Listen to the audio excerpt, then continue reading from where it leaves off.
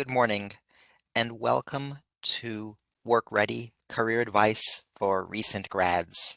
My name is Ole Kagan. I'm the Community Engagement Coordinator for LA County Library, and I welcome you to today's program. Work Ready has been running from December of last year throughout this year, and the purpose of the program is to help people find jobs and improve their current work situation. So that means get a raise or just plan a more sustainable career path. We're doing that in three different ways. The first is we're lending out laptops and Wi-Fi hotspots. So laptop and then internet access out of 20 library locations for 6-week periods. And if you'd like to check out a laptop, you can go to our website at lacountylibrary.org and scroll right down to the middle of the screen, click on Work Ready, and you can see laptop availability. If you see a laptop at a library that you can get to, if you're going to get there soon, then go right ahead and get a laptop. If you think you're going to get one in a few days, then call up the library and have them put a laptop on will call for you. And that way it'll be set aside and you can be sure to get it when you get to the library. The second way Work Ready is helping folks get jobs is through events like this one. So throughout this year, we've had all sorts of events, live and pre-recorded, posted on our YouTube channel, which Anna Sylvia will post in the chat right now, on different work-related topics, from anything from cover letters and resumes to career advice for recent grads. And the third way Work Ready is getting people going is through the latest and greatest ebooks, audiobooks, and regular physical books on career-related topics. And if you want to have access to those, you can access the Overdrive collection that Anna Sylvia just posted in the chat. Or if you search our catalog for any kind of work-related topic, you're bound to come up with items that were bought specifically for Work Ready, right for the purpose of helping you gain skills, navigate the job search, and plan your career path. And speaking of planning your career path, that is the subject of today's event, Career Advice for Recent Grads. And now I'd like to introduce our panelists for today. Our illustrious panel starts with Elena Musler. She's an arts and culture entertainment workforce development and equity specialist, originally nurtured in South Central Los Angeles and now residing in Ontario, California. She's a founder and chief empowerment officer of Confide Creative, a coaching and consulting practice dedicated to the collective cultural and economic progress of pre-professionals and working professionals navigating careers towards, in, around, or beyond arts, culture, and entertainment. Elena also serves as Associate Director of Programs at Fractured Atlas, a nonprofit technology company that helps artists and creative businesses thrive, and a lecturer at Loyola Marymount University's teaching Introduction to the Business in the Arts. After previously coaching thousands of students as the Director of Creative Professions and Strategic Initiatives. In 2019, the County of Los Angeles honored Elena for her leadership in the arts and creative economy, commitment to cultural equity and inclusion, and dedication to community affairs and civic pride. Elena holds an MFA in Theater Management and Creative Producing from Cal Arts, along with a BA in Theater Arts, including concentrations in dance, African American Studies, and education from LMU. She's also a UCLA Arts and Healing Certified Social Emotional Arts Facilitator and enjoys commercial acting, modeling, dancing, movement therapy, and spoken word. You can connect with Lena on her website at www.elenamusler.com and at Lily Marie Creates on Instagram. And we'll post those later in the chat and send them via follow-up email. So if you want to connect with any of our panelists, we'll have their information for you. Our next panelist is Maria Blaza. She's currently a talent recruiter at Netflix for their game development studio. She has 8+ years in recruiting and calls herself a fairy job mother because she loves to help people bridge the gap between their passions and careers.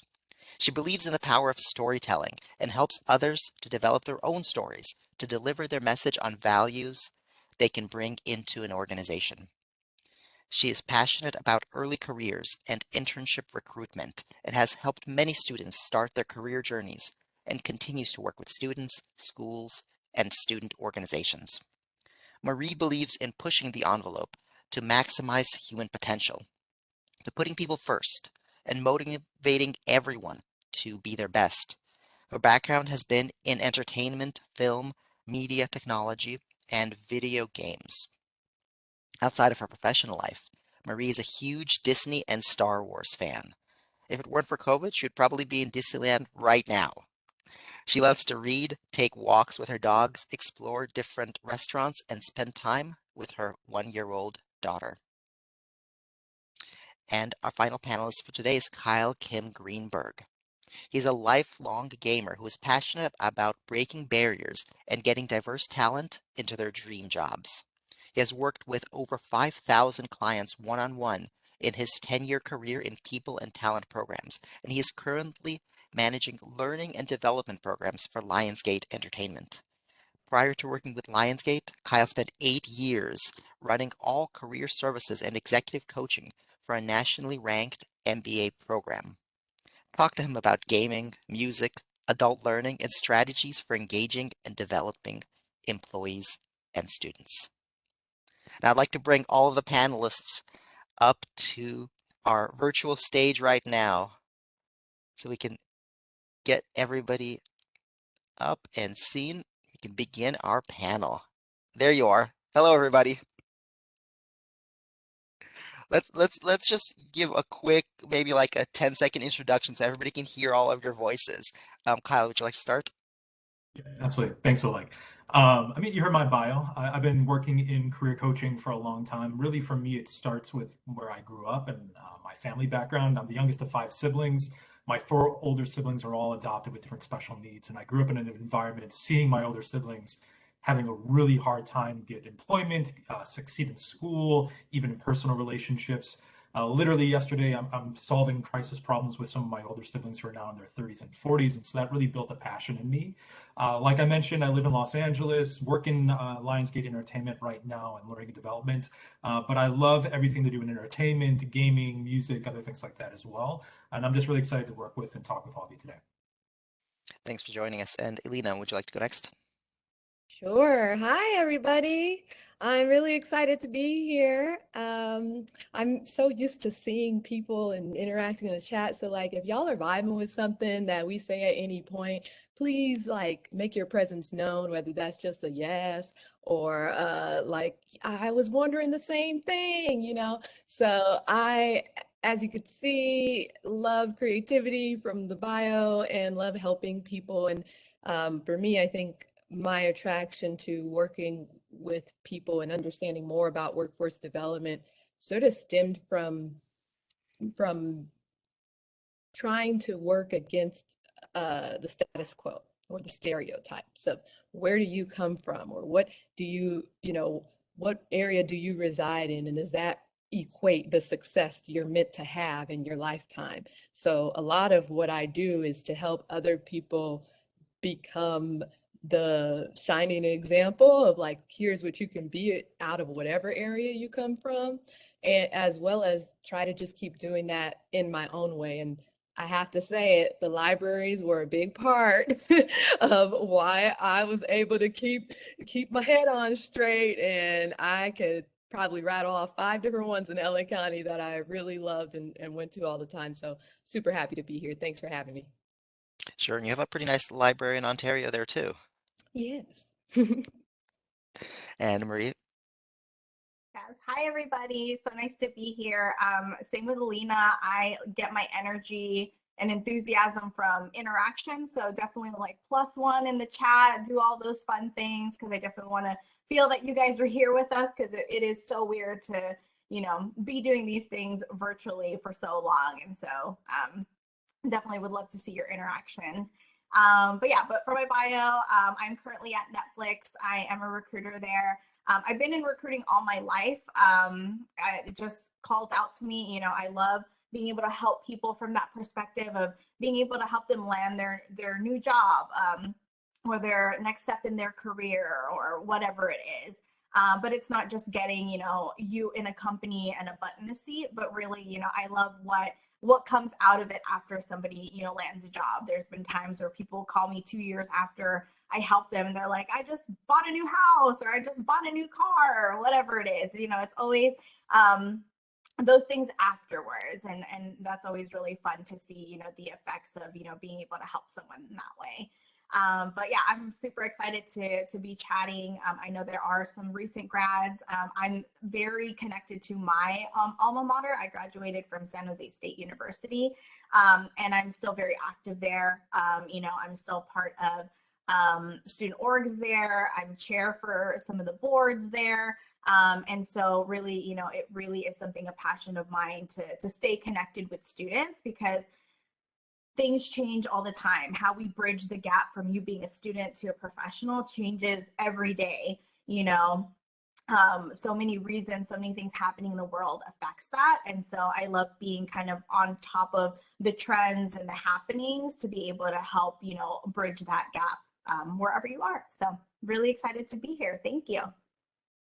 Thank you all. And so what I've noticed in talking about all your bios and all of the all the things that you guys have been involved with is well, two keywords are networking or connection and helping. So I want to start with the question, everybody talks about building a network. And recent grads are sort of starting out with that. What does it actually mean to build a network? So, Elena, would you like to start? Sure. So I don't know about you, but a lot of times I've noticed that when people hear the word network, this happens, or there's a visceral reaction to that word, because what it doesn't do is actually focus on the heart of the meaning of what it should be about.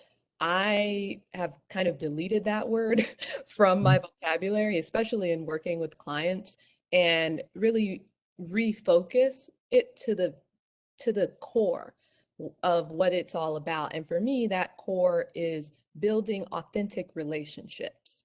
It's not about building a network. A network is numbers that you may have on your LinkedIn of people you don't talk to. And that you could say, I have a big network, but let's talk about when you reach out to that network, will they respond to you? Do they know you exist? Do they know your last name? You know, do they know like what you've been up to recently when it comes to your career, or maybe the goals that you have for yourself? I can say I have a very large network, but maybe 75% of those people actually know the direction in which I'm going in my career. They've paid attention to my career arc and my journey. So when it comes to quote building a network, don't focus on the network or the numbers. Focus on the quality of the relationships that you're building and why you are building them. The intentionality behind it is key. A lot of people will say, "Oh, I need to know a lot of people so I can get a job." It's probably better if you know like 5 people really, really well, and they know that you're looking for a job, and then that helps you connect to other people's quote unquote networks, which are really just relationships that they've built with people who they can actually call on or talk to over time. Eileen, I'm going to ask you a question follow up. For those of you who, Eileen and I know each other really, really well. We worked directly together for 6 years or something like that. So I've had the pleasure of knowing Elena for a long time. Elena, one of the things I've seen from you and you inspired this change in me is that you really dive into what makes you you. You are very active in your nerddom and your geekdom. You buy into that. So, when I think about Elena and I think about networking, same thing. Networking is kind of a four-letter word. I don't like using it either. But when I think about Elena, I just see somebody who's doing what she loves. She's at the theater. She's doing things in the arts community. She's at grassroots activist things around creative arts in Los Angeles, where the money's going, what the city's doing, what the county's doing. So you're spending your time in the areas that you really care with. And so you're building relationships with people who kind of like resonate with you and what you naturally care about, that like common geekdom. Yes, I think what you said is huge. osmosis. Yes, It's exactly. it's like network by osmosis. I don't know what your question was in there because I cut you off, but it is kind of like you when you are intentional about it, that's one thing. But then there's the other side, I think, that you're getting at, where it's like, are you enjoying the things that you say you want to be in? So do you want to work in entertainment? Well, then, when's the last time you went to something that had to do with entertainment that wasn't solely watching Netflix? Like, where are you going that's beyond what's immediately accessible to you to stay ingrained in your community? And that's, I think, the key is like community is where your network sort of begins. What are your communities that you're a part of? And start stacking those and see how many, relationships you can build out of the communities you interact with. And you anticipated my question. It was, what was the strategy behind? So it's both what's authentic, but what's also intentional. Yes, yes, Kyle. I've missed us. Marie, a question sort of based on that. If somebody wants to connect with people, obviously authentically, within a certain field or within a certain area, um, maybe if you want to elaborate on your specific specialties, how would people go about doing that? Are there groups? Are there, where would people start? Yeah, definitely. Yeah, I want to plus one everything Alina said because I feel that one of the things I also want to just add is yeah, it's networking isn't numbers, it isn't all that. And also networking doesn't equal a job either. I think that's something as a recruiter that I see all the time is like, oh, if I connect with Marie on LinkedIn and I don't even send her a message, I'm just going to automatically get a job. Like, nope, that's not how it works. Like, sorry, that's not how it works. Because it really is, again, about intentional relationship building. I want people to build relationship with me, not because I'm a recruiter, but because they actually care about other things that I do. Like again, what Alina said about, do they know my career arc? Do they know where I came from and how I got to where I am today? Like, do they know that journey? Do they support that journey? One of the things that I like that Alina said was the community part. But also I think of network as your support too. Like I think about like Kyle. I've only known Kyle for maybe a year now, but I know that if I need to fall back on someone, I can call him right away and like, me and him can hash it out. That's support, that's network. Not like, hey Kyle, I lost my job today, do you have a job for me lined up? Like, it's not that. It's like, hey Kyle, something happened, I need your support, what can I do, what are my next steps? Who else can I talk to that can help support me? So I think like that's also something that people need to make sure to think about when they are building intentional relationships, is not, the job or the numbers, but who is your support? Who can you call on, in your darkest times? Who's going to be your cheerleader when you do get that promotion, but also who's going to be your cheerleader when you get fired? Like who's going to be by your side? And so to go back to your question, yeah, as a recruiter, again, people think that connecting with me is automatically networking. And they also think, oh, once I'm connected with her, I get a job right away. Totally not true. It really is about, why are you connecting with me? Is it because I'm a recruiter? That's totally fine if you do want to, but what else? Like, I want to know the why to the connections. Some people are like, hey, I really want to be a recruiter. You've been a recruiter for 8 years. I just want to know, how do I get started? Where did you get your start? Those are the messages I'm going to reply to, not the ones who are like, hey, you're a recruiter at Netflix. I love Netflix. I just finished watching Squid Game. Do you have a job for me? I'm probably not going to answer you, pretty much.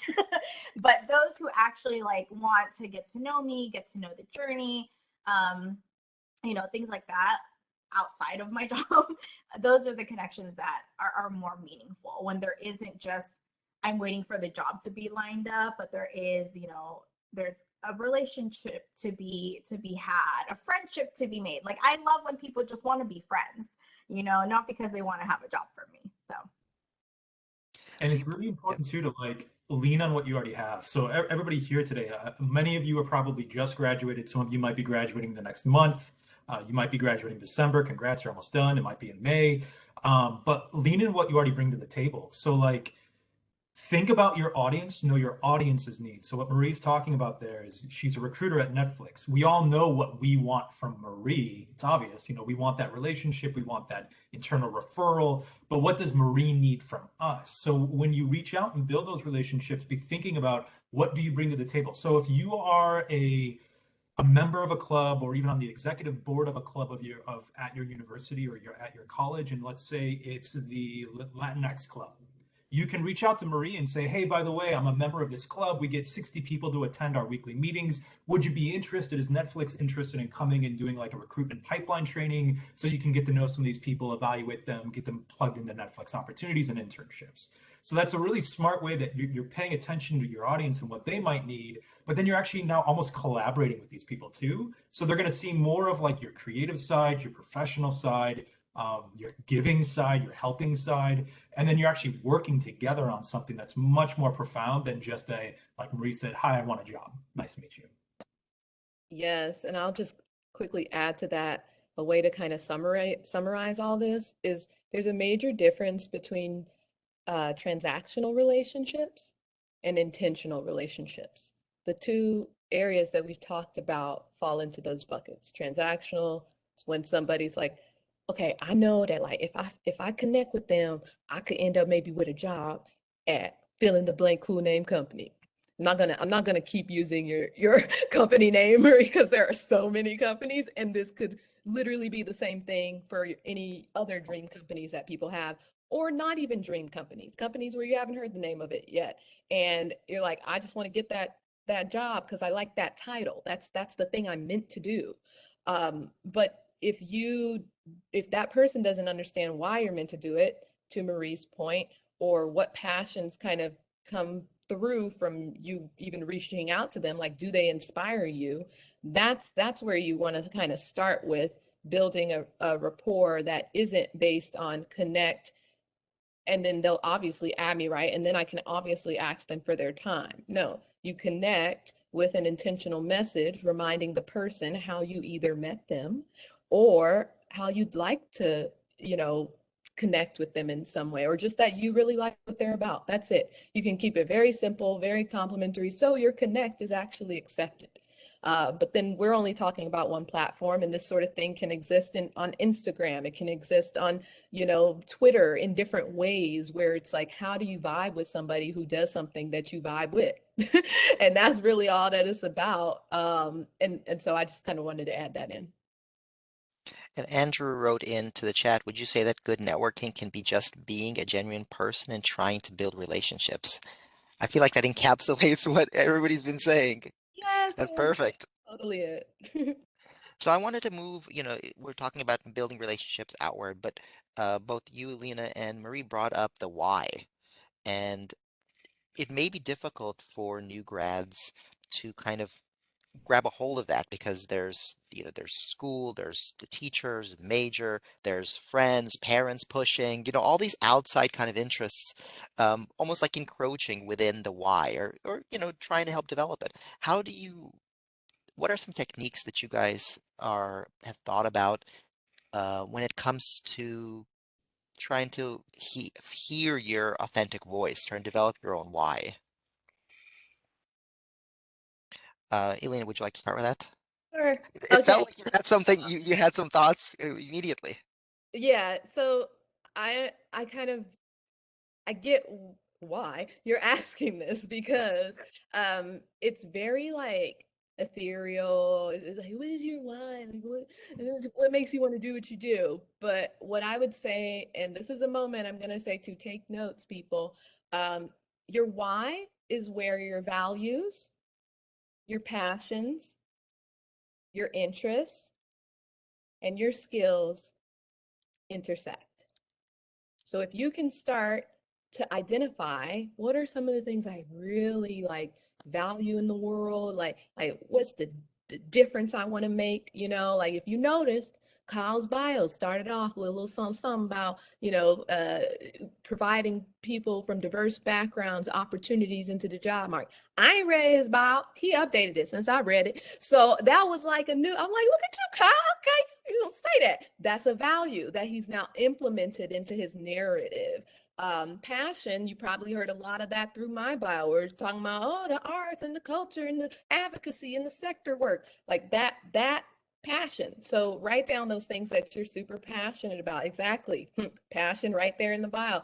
And then what are you interested in? Some of us started to go a little bit beyond just what our job calls for, because are you a well-rounded human, or are you only, living this life to work? I hope not.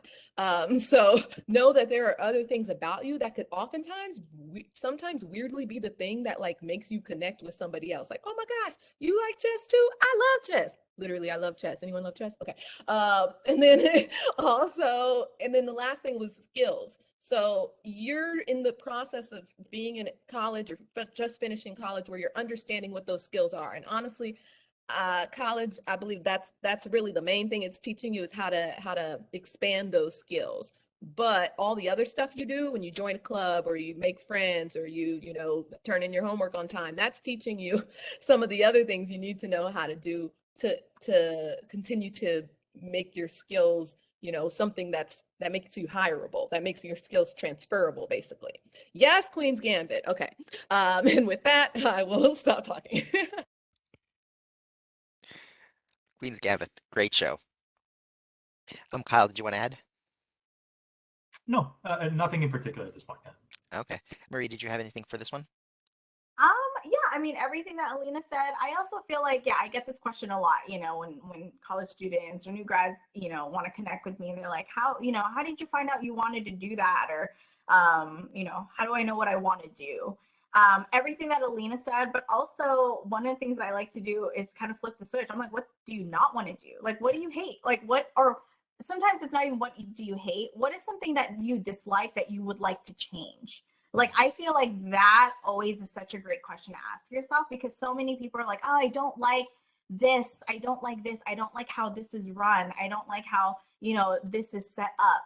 And I'm like, can you do something about that? Because maybe that's your calling in a sense. Like, if you're really really adamant about something needs to be changed, like sometimes that could be it. It doesn't have to be the fancy colorful, like, I know a lot of people like go to me like, oh my god, you're in like Netflix and entertainment, used to work at Disney and blah blah blah blah. But I'm like, all of that aside, it's like some of the stuff I do is not sexy at all. Like there really is like stuff that I really care about that I just do behind the scenes because it really is something that I'm passionate about. I want to change. I'm adamant about being able to create that change, and so that's probably just a question that I would want to add in is, if you are still trying to figure that out, where do you want to see change? And if you're really that passionate about it, maybe kind of hone in on that and see like where that takes you. That makes sense. It reminds me of writing advice from the sci-fi writer Ray Bradbury, who said that if you need inspiration for something to write, make a list of all the things that make you really, really angry, and then write stories about those things. And Marie, you sparked something in me too. Oleg, you asked a second ago, I said not yet. And then Marie's comment made me reminded me of something too. I think career advice. So if any of you are like on TikTok, on Instagram, on LinkedIn, looking at career influencers, a lot of them can end up being like over intellectual, using a lot of jargon, making things too complicated, trying to come up with like frameworks because they're trying to sell their ebook because that's how they monetize, all these other things like that. In my experience, both personally and with my clients, really kind of just starting this on really simple terms usually has a more profound impact. Usually works better. So things like what Marie said, like what makes you mad, and what she means by that is like, I'm not talking like LA traffic that makes me mad, but that's not exactly what she means. She means more things like in my personal story, seeing my siblings with disabilities not get work because of bias against their disabilities. That might be the thing that you really want to lean into. And that might be the thing where you decide for in your college clubs, as a college internship, for your first job after college, you might want to go work for a regional center, West Side Regional Center, working as an adult occupational advocate, probably getting paid close to minimum wage, if not exactly minimum wage, but having a really profound impact on that thing that makes you really mad, or that injustice that you want to be fighting against. Or that can look like a million other things too. But starting with that, I think is brilliant, Marie. Really good thought. Really good thought. So I would like to sort of expand our conversation to your guys' life history. a little bit of a perhaps professional or personal. And I wanted to ask each of you if you can share a critical event or decision in your journeys as professionals, or even probably young professionals. So we're talking about a like a nexus point that changed everything moving forward. Um, Anybody have a thought immediately that you'd like to start with? I can, yeah. Okay, go ahead, Kyle. Mine's not really a single event. It's more of a theme that has popped up multiple times, which is only by doing something do I really learn what I do or do not want to keep doing. I think there's a temptation. Again, I've identified maybe too many times now that I'm a gamer. So I come from a gaming background where we want to like look at the strategy guide. We want to figure out all the things you're supposed to do. There's a concept called min-maxing, which is like all the math of a video game, learning all the different intricate differences, and then making the best choice, making the quickest path, getting good at it right away. And what that can end up doing is more of this other like idea of like paralysis by analysis, which is basically you're spending too much time thinking about something that you're not actually ever doing anything. And that's something I can absolutely be guilty of. So I think the theme for me that really critical thing you're talking about, Oleg, is as I realized that in my career, there's been points where I'm spending too much time strategizing about my next step, too much time trying to build a network, yada, yada, yada, too much time in a single job and not branching out, not doing something new, not taking a new job, not taking a new risk, not taking a new volunteering opportunity. So it's that all that time where I'm thinking, strategizing was actually keeping me from growing. I maybe got a lot of new information, but I wasn't really applying it. So it's the time in my career where I actually took a jump, took a leap of faith, met a new person, started a new thing. That those times were the times that were most impactful and had like the most rapid, quickest growth, both in terms of new skills as well as understanding what I actually want, realizing I went through a door and was like, oh, I actually don't really like this house. I'm going to back out, close this door, and move on. But it took me actually doing it to realize those things. Where if I was just in that academic mindset of, I just want to learn, I just want to test, I just want to strategize, I actually didn't get as much value from that. I needed a little bit of that to start with. But once I did it, the theme in my career that's been really impactful is just jump and try it. And then once you try it, you're going to build some new skills, you're going to meet some new people, you're going to learn some new stuff about yourself, and then you can make a better informed decision after you do. So potentially diving into discomfort. Yes. Yes. Marie, would you like to go next? Sure. Mine's very simple. Because I'm thinking about the audience right now and like new grads, and I had to think about what I did as a new grad. And I would say honestly, taking volunteer work is what stood out to me because I feel like that's still the theme and that's still the thing to do even, now for new grads is like you got to get an internship, you got to go to the Googles of the world, you got to get that big, internship at that big company, blah blah blah.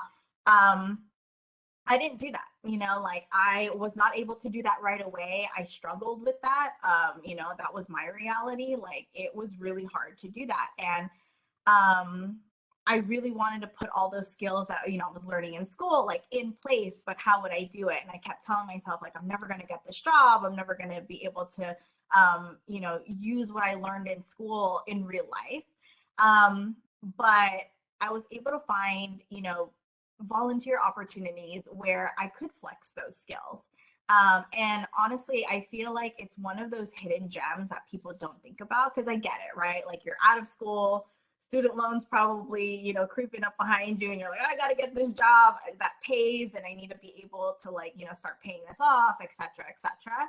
I was in that boat too, but, even though the volunteer opportunities that I took were unpaid, they were phenomenal to my growth and my development because I was still in a real job, like I worked for nonprofits and I was really able to hone in on skills. I got to figure out what I liked, what I didn't like. I got to figure out new skills that like, oh, I never knew like I would actually like to do these things. Got to meet new people, got to be in industries that I've never thought I would work for. But they were really, I feel like they were all instrumental to my success. So, if I were to go back all the way in time. And so I would say, if there's any advice there, like I know that right now is like the critical time of like, we got to find that job, we got to find that internship, we're new grads, we got to get there.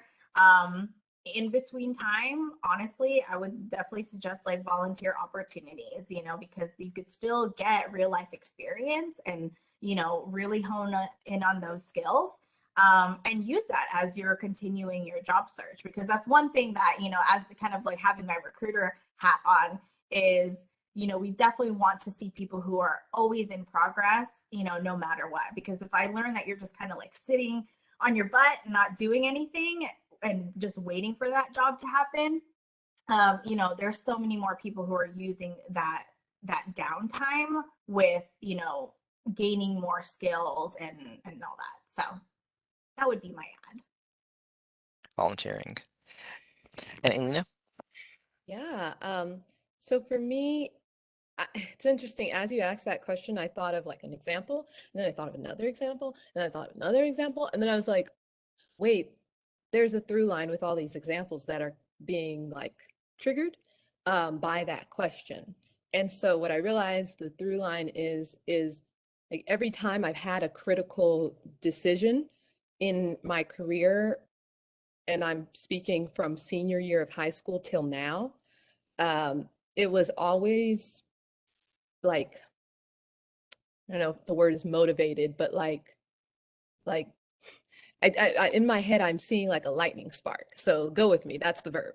So it was lit by somebody saying I couldn't.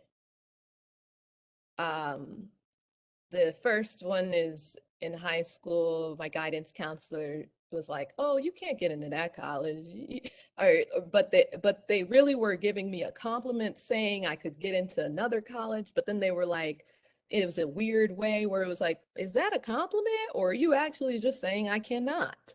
And so that motivated me to want to go to the school they didn't think I could go to.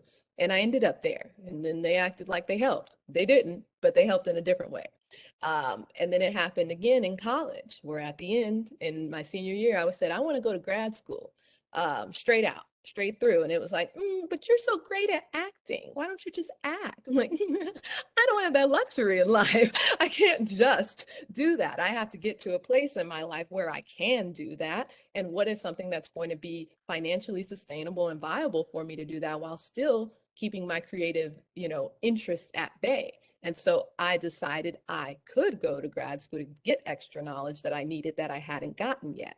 And then the last one was like within the last few years, where I was in a job and they were like, well, you have to choose, this is the field, this is the path you're on, and you can go way up in it. And I had to choose. I'm like, I'm not you. I don't have to choose. I can do all the things I want to do, which is why you hear me saying I got like 12 jobs in the midst of a bio, and I'm not defined by just one institution or one entity. So look at the things that people tell you you can't do and decide what you want to dedicate yourself to. Because there's a major difference between showing dedication, committing to yourself, and being desperate and like hoping and praying that like what you want will appear, because a lot of times it won't. And you will notice the difference between those people who are getting the job, who have that dedication, and the people who are hoping and still wishing and still wanting the job, but years go by and they haven't done anything yet to move in that direction. These are really good. These are really inspiring. And what I want to do now is just take it down to the the very tangible level. Say somebody has graduated or is graduating and needs to put together a resume, and they don't have a whole lot of stuff to put on their resume because they may have not have jobs in the field that they're going into. What do they do? I mean, how do they fill up a page of a resume, lacking all sorts of experience? Kyle, do you want to start with that? Yeah, it's a small question that has many, many, many, many answers. I'm going to try to do a lightning round of a couple quick thoughts. Very tangible. I think one is don't recreate the wheel. You don't need to make it harder on yourself than you need to. Um, find a good example of what a reasonable resume can look like, and you can find this in 100 different places. In a second, I'll actually post one in the chat, a link to an example. Elena and I both worked at a university, and I'll share an example from their website. That's a public website. You can see a very basic, like freshman level, first year student level resume that's safe, that anybody can use for the next 10 years of their professional career. But you can be putting things in there from, experience. When we talk about experience, the next point is, point one, lightning round, was don't recreate the wheel. Point two is what actually is experience that can go on your resume. Experience is not just paid work. Experience is anything with responsibilities. So that's volunteer work. That's you, if you have entrepreneurship stuff, if you run a TikTok and you produce content on that and it somehow is relating to your audience. So if you're trying to get into a company or getting into a role and something you do has, it's a middle of a Venn diagram. If there's commonality behind what you're doing, the skills involved, the knowledge involved, the fandom, the geekdom, anything involved with who your audience is, where you're trying to go, you can put that stuff on your resume. If you run a website, if you do coding on the side, if you created a game in Flash, although I think Flash is dead now, basically, if you've done anything, any responsibility, whether someone was paying you to do it or not, whether you're doing it on your own time or a company's time, those things can go on your resume, and you would format them like you would do any experience. So just like if you were working at a nonprofit and you have the name of the nonprofit with your title underneath it as whatever development intern, and you have your bullet points, you can do that same formatting, but with that. So you can have TikTok content creator with you as being creator, and then the bullet points talking about the responsibilities, the savviness, the strategy, the metrics. What did you gain views? Did you, whatever it was, what technology applications did you use as a part of that? So with your resume, you can really put anything that you've been doing into that resume if you need to.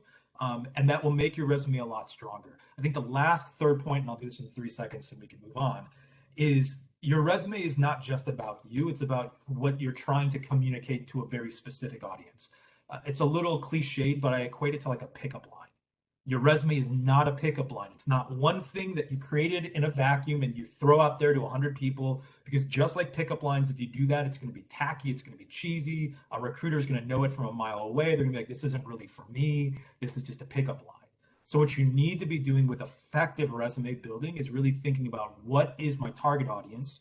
What's the industry? What's the functional role? What are the skills? What's the knowledge? What are the words that are going to be like, this person gets it, this person's one of us?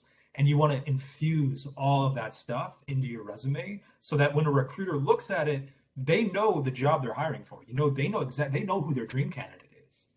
So when they look at your resume, you want as much of a similarity spark between what the job description says, what that company is, the industry that they're in, all the concepts and ideas, and what your resume actually has as well.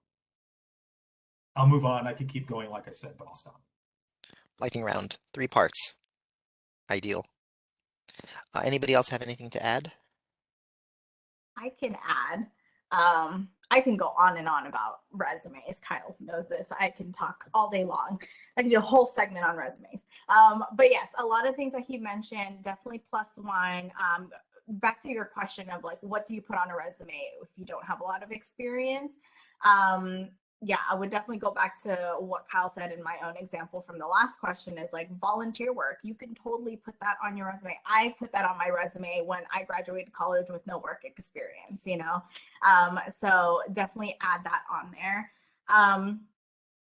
Something that Kyle said as well about being able to translate your skills to the job description.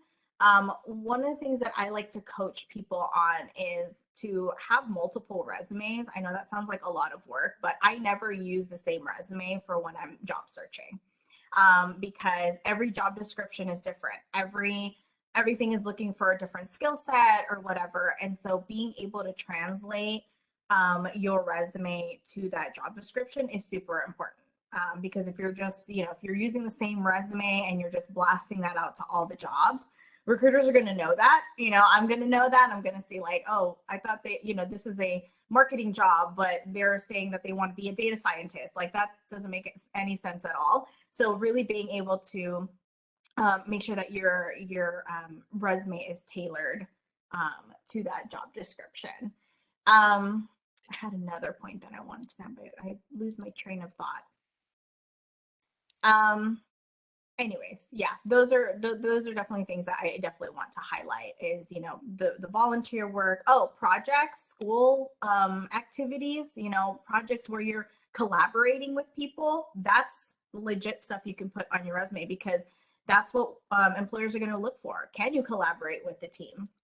Can you go from a project from 0 to 100 with a team? You know, can you work with people? You know, that's super important, such an important skill set to be able to showcase.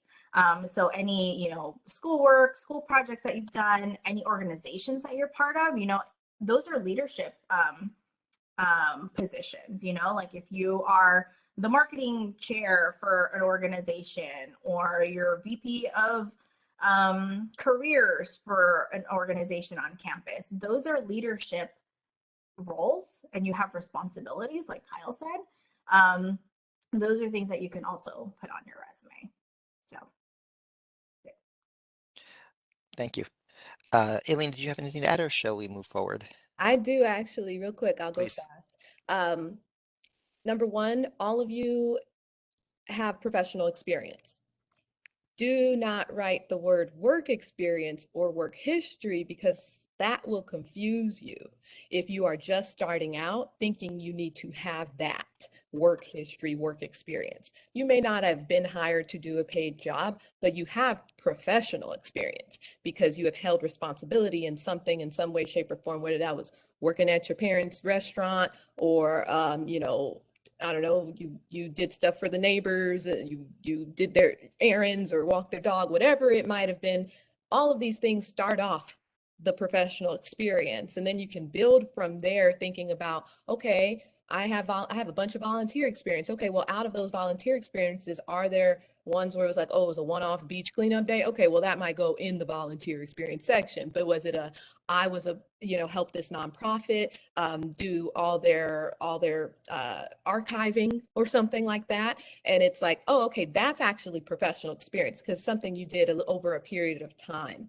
Another phrasing that can be used is campus and community involvements, rather than like volunteer experience. If you don't want to say that, you can say community involvements, because it's you interacting with your community. And then there's 3 C's I tell all my clients to keep in mind for your resume. You want to keep it clear, concise, and comprehensive. Because if you think about, oh, I want to make a design, or, you know, they're going to look at my resume. I saw that question in the chat, Andrew. You don't need to put a magical, you know, initial thing in the corner. That's just that dang Microsoft Word template that everybody else is using. That's not going to make you look unique. All you need is your name, nice and big enough so for someone to actually see it up at the top. And also for any international folks, if you go by another name, or you know, make sure you are putting that like first name, quotations, or parenthesis, the name you like people to call you, and then, you know, your last name, just, you know, in the spirit of inclusivity and making sure people put respect on your name. And then the last thing I'll say when it comes to bullet points, because I find that's where people have the most difficulty, is start it with a really strong past tense action verb, because that will help you think about what you did. So when I say strong action verb, I'm not saying worked. It's a resume. We already know you worked. So do not use that word. Use any other word in the English language dictionary but worked. If you use assisted, don't use it 12 times. Use it like once or twice if you must. And then go beyond and look into the thesaurus and think about other words that actually describe kind of your soft skills. And soft skills are like the essence that you bring to the job, how you do the work, rather than just what you do. Most people think resumes need to list what you do, but if you focus on how you do it, that's where your resume will actually start to stand out, and you'll be actually helping people understand your soft skills without you saying, I'm trustworthy, I'm loyal, I'm this, I'm that. And then at the end, you can get into your hard skills, where you're listing like what technology you know and stuff like that at the bottom. All right. Sounds good. And I wanted to just do a quick shameless plug. Anna Sylvia and I did a resume basics program just last week in this very same space, and I'm going to post it in the chat. It's on YouTube now. So if you need the very fundamentals of resumes um, to add on to what was talked about already, this is great advice. I just posted a link to that in the chat.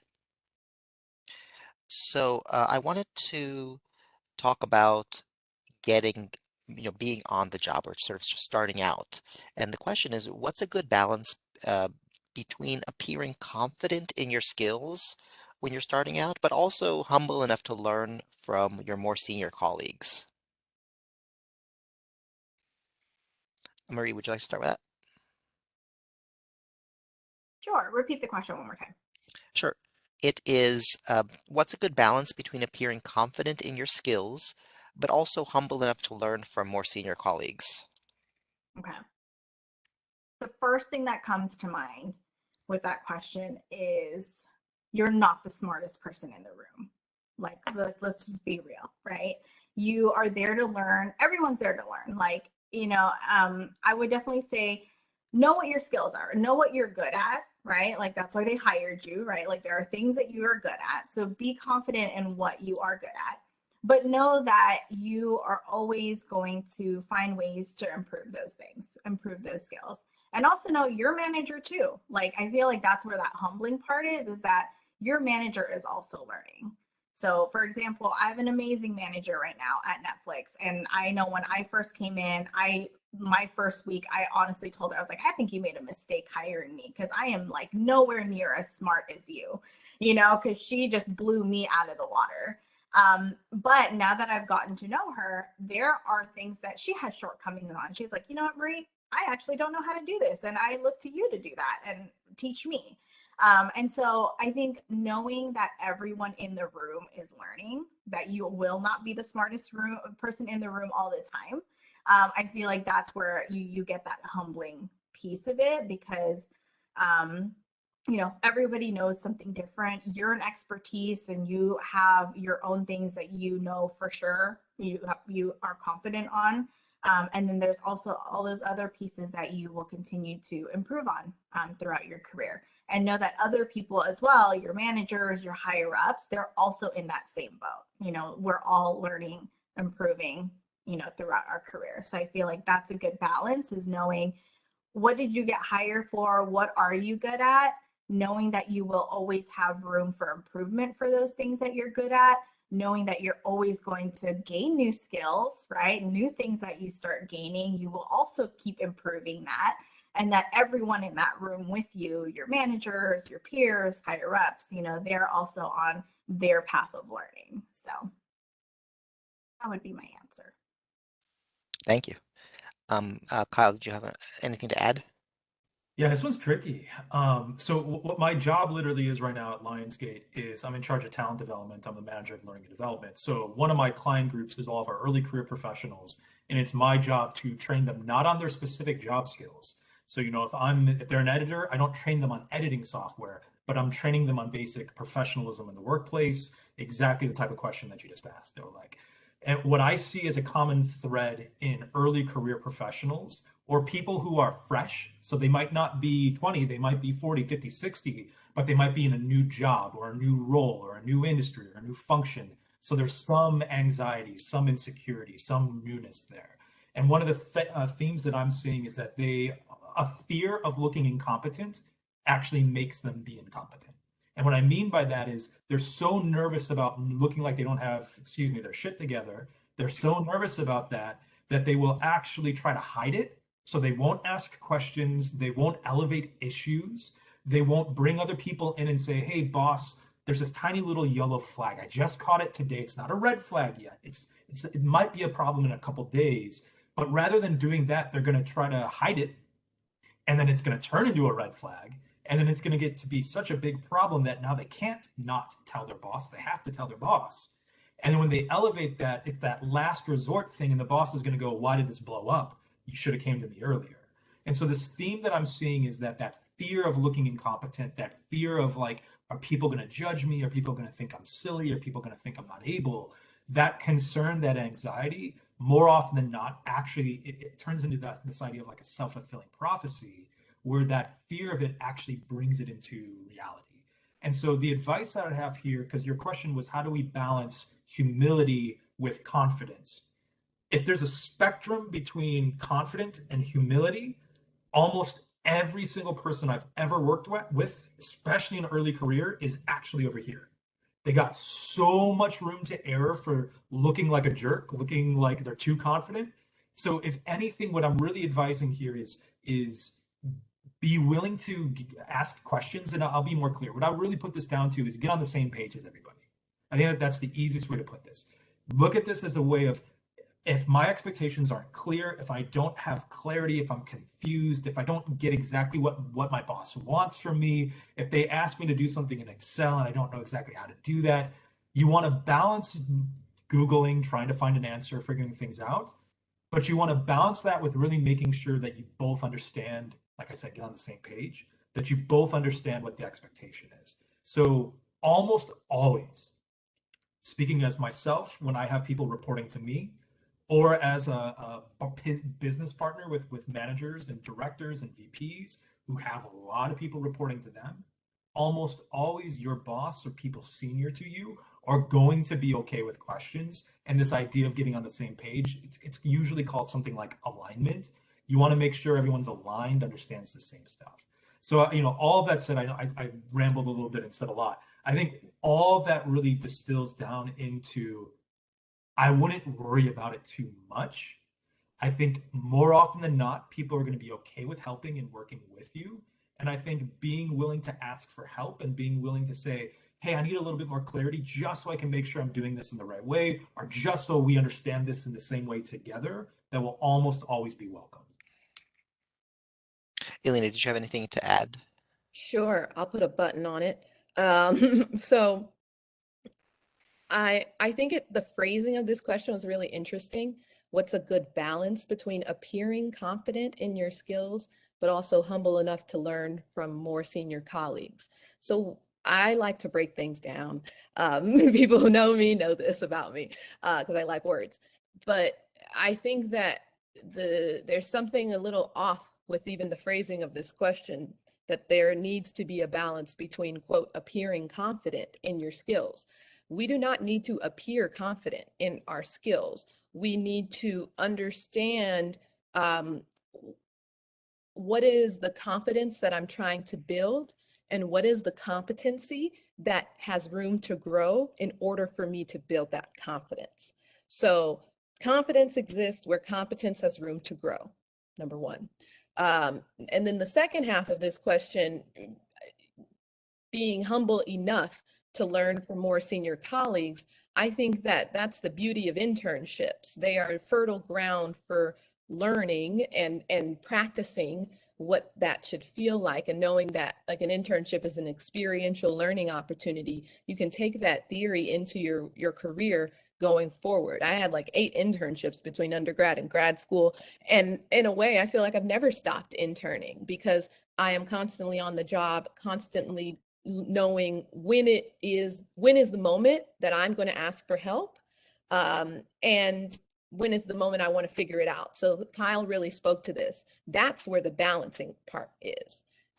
It's knowing how much do I want to research on my own, and how is this taking too long, and I actually need to ask for help to expedite the process. And then the other half of, I think, being humble, or as Kyle was mentioning, humility, that's also thinking about like, where do I show appreciation?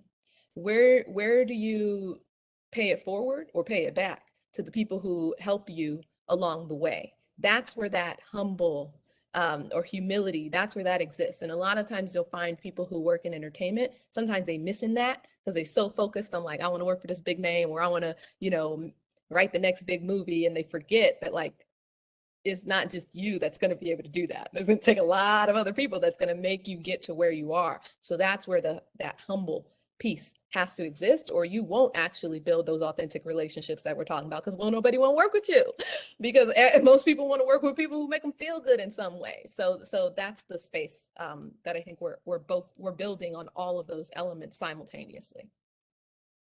Thank you. Now, we're getting down towards the end of our time together, And I just want to throw it out to the folks out there. If you haven't asked your question already, please go ahead and put it in the chat, and we'll absolutely try to cover it if we can. And while you're thinking about your question, I want to ask our panel another question, and that is, aside from being part of this time period, this COVID, what would you say is the biggest challenge facing new grads today that wasn't around 20 years ago? I got it. There you go. The new job you may be meant for may not exist yet. And I think 20 years ago, there were like lanes that people could kind of say, I'm going to work in fill in the blank, or I'm really excited. I want to be a blank when I grow up. But now those phrases are very like they're kind of all over the place, and a lot of times it takes so much more research from that initial instinct of like, I'm really interested in being a fill in the blank, and then go study that thing, but then go down a major rabbit hole and realize that there are 20 more positions related to that thing that you say you want to do that you actually might be better for. So that's something I have very much noticed when it comes to people trying to figure it out, trying to figure out what it is that they're meant for. Kyle, did you want to add? I'm working on mine. Maria, do you want to jump in? Yeah, it's a really good question because as a recruiter, I have to be on top of this, not just for new grads, but for any job seeker. COVID has done a lot. It's changed. Like even for me, I've been in recruiting for 8 years. I don't have no idea what recruiting 20 years ago looks like. But even in this 8 years, things have changed from the day that I started to today. Like I'm not doing anything the same way. I'm not recruiting the same way. I'm not going to the same places the same way. So there is a lot. But I mean, in terms of just new grads, yeah, what Alina said, really like there is a change to be had and to come with just the jobs that are going to be here today and tomorrow and in the future. There's companies are changing, they're switching things up, they're figuring out what they need, not just because of COVID, but there's a lot of things that are just happening in the world in general that they are now making priority in how they hire, what they hire for, what skill sets they need. There's also people who are,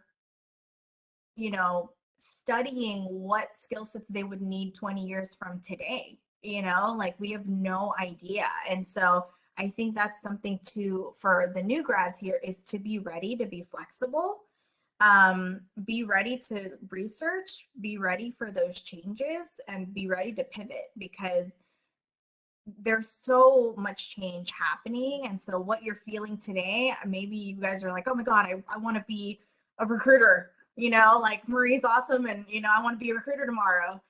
My job may not be the same job in 10 years. And I have to be mindful of that because of how things are changing. And so I would say that would be the biggest challenge for all of you is just knowing how things are changing, what the changes actually mean, how to be ready for it.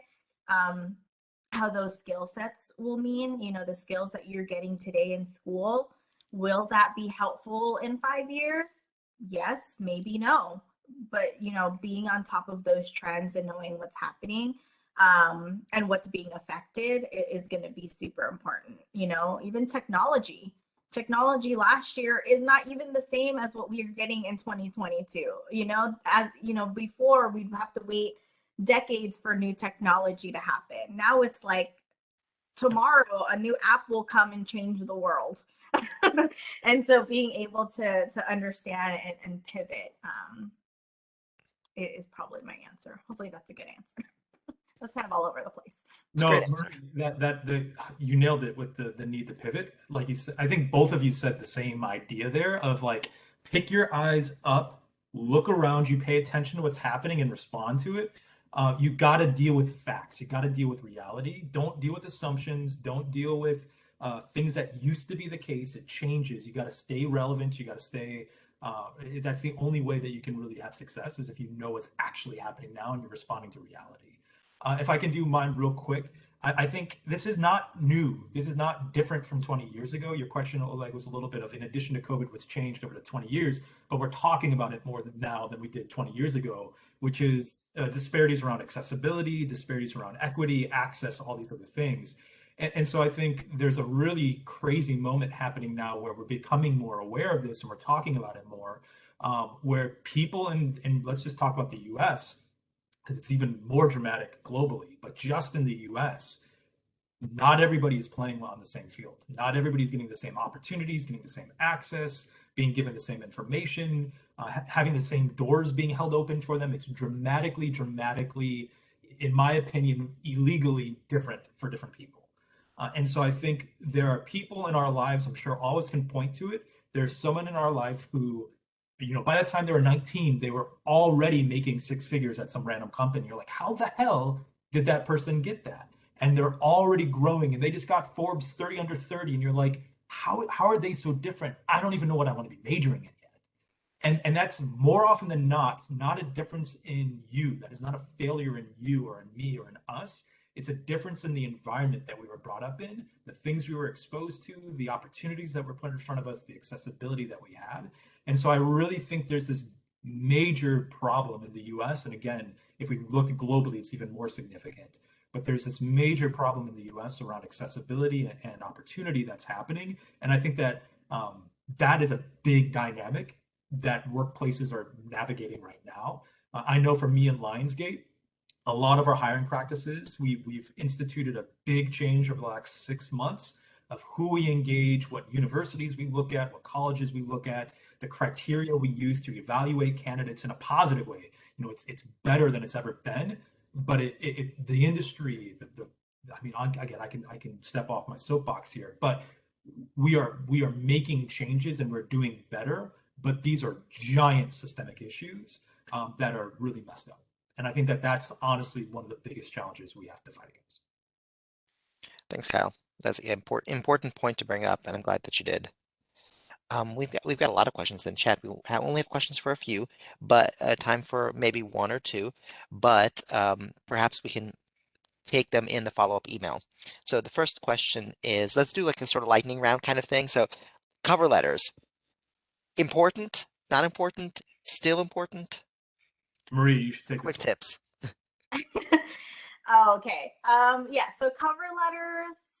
So right now there's a battle between the recruiters, right? Some recruiters are like, out with it, death of the cover letter, it's crap and don't do it anymore. And then there's other recruiters who are like, no, we love it. It really depends. It depends on you. But for me, and this is just me alone, this is not Netflix or any of my companies, but just me as a recruiter, I still personally like the cover letter. I think it's a chance for you to add a little bit more life to the resume, right? Like this is where you can put your voice in and really, tell me and explain a little bit more behind the resume. I love cover letters because it's like I can read a resume and I'll have an initial thought like, oh, okay, Kyle sounds all right, he's cool. But then when I read the cover letter and I hear what he's passionate about and what he really wants to do and why he wants to do this job and what's important to him and what's his values and all that, I'm like, holy cow, Kyle sounds great, like it really changes. And, not that it's always an advantage, but I think it's just another opportunity to bring life to your resume because, unfortunately, that is all that I and other recruiters see. But really being able to use a cover letter to give it a little bit more life, that's why I still appreciate it. Sounds good. So here's another question. Does it look bad if someone attempts to break into multiple industries? If they're attempting to find where they fit in, what they like or would like to do?